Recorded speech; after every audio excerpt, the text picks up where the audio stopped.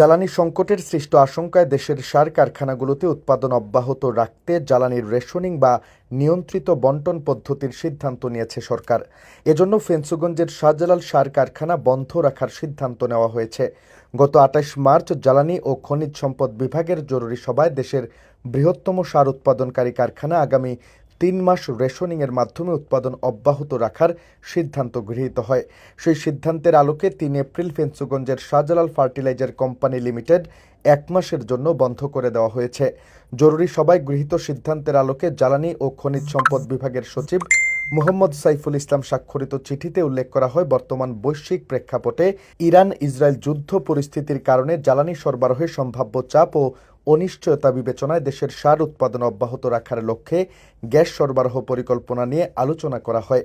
তবে মে ও জুন মাসে সিলেটের ফেঞ্চুগঞ্জ শাহজালাল ফার্টিলাইজার কোম্পানি লিমিটেডে গ্যাস সরবরাহ সম্ভব হবে বলে জানানো হয়। শাহজালাল ফার্টিলাইজার কোম্পানি লিমিটেডের জিএম এডমিন সাজ্জাদুর রহমান জানান, সরকারি সিদ্ধান্তের আলোকে শাহজালাল সার কারখানার উৎপাদন গত ৩ এপ্রিল দুপুরে বন্ধ করে দেওয়া হয়েছে।